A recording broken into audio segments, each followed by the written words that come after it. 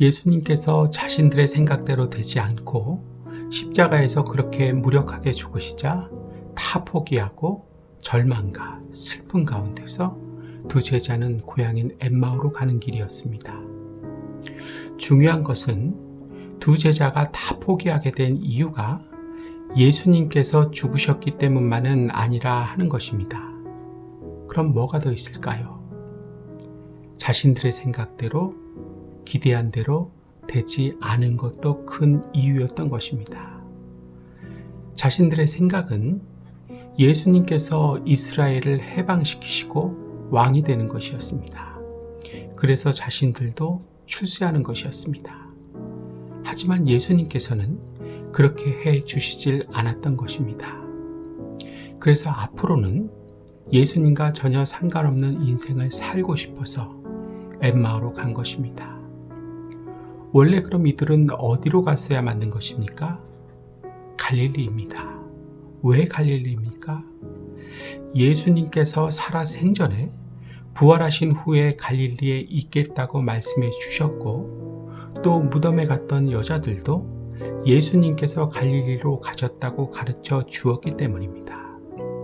마가복음 14장과 마태복음 28장 말씀 함께 봅니다.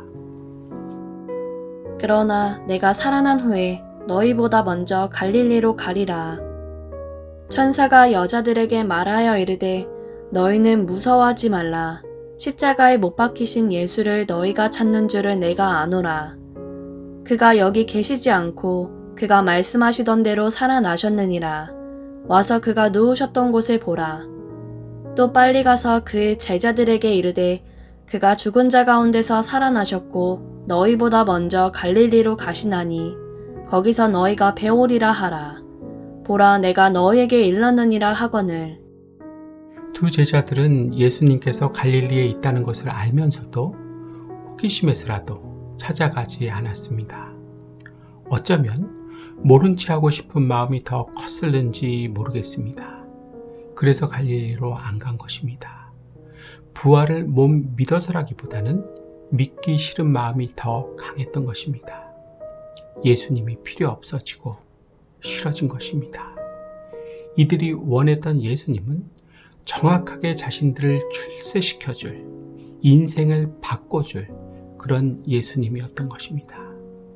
다시 말해 내 마음대로 할 수 있는 도깨비 방망이와 같은 예수님을 원했던 것입니다.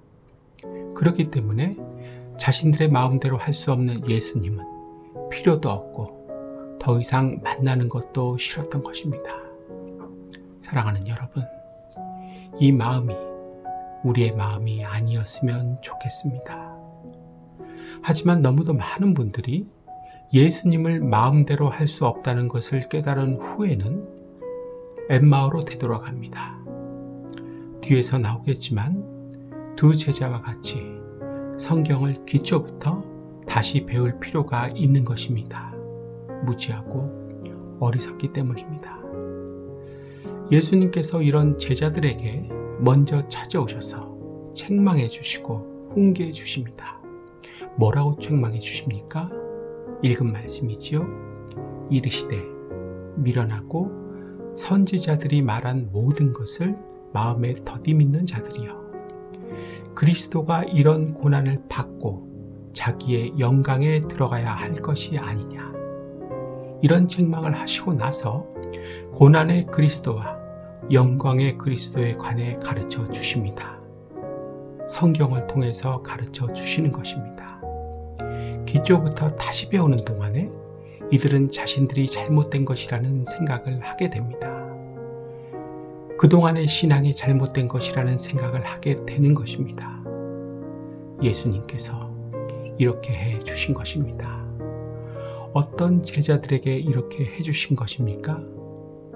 더 이상 예수님과는 상관없는 인생을 살고 싶어서 엠마오로 가는 그런 제자들에게 이렇게 해 주신 것입니다. 부활하신 예수님을 만나기 싫어서 갈릴리로 가지 않고 엠마오로 가는 제자들에게 이렇게 해 주신 것입니다. 하지만 우리가 주목해야 하는 것은 이들은 생전 처음 보는 사람의 책망과 훈계에도 수긍을 할 수 있는 인품이 된 사람이었다는 사실입니다.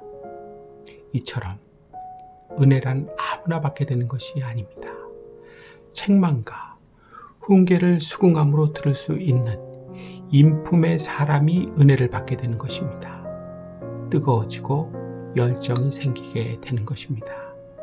따라해 볼까요? 책망과 훈계를 감사함으로 들을 수 있는, 수긍할 수 있는 인품이 된 사람이 은혜를 받게 돼서 뜨거워지고 열정이 생기게 되는 것이다. 교회 다닌다고 해서 아무나 은혜 받아서 뜨거워지고 열정이 생기는 것이 아닙니다. 예수님께서는 이렇게 책망과 훈계를 수긍하는 사람에게 은혜를 받게 하시고 뜨거움과 열정을 가지고 사명을 감당하게 하시는 것입니다. 예수님께서는 책망과 훈계를 수긍하는 사람이 절망과 슬픔과 갈등 가운데서 걱정으로 길을 걷고 있을 때 찾아와 주시는 것입니다. 버리시지 않는 것입니다. 기억하십시오. 책망과 훈계를 수긍하는 사람입니다. 감사함으로 듣는 사람입니다.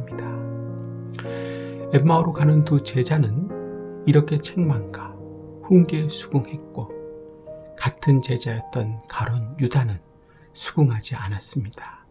이게 차이입니다. 책망과 훈계를 수긍하는 사람 다 되실 수 있기를 축복합니다.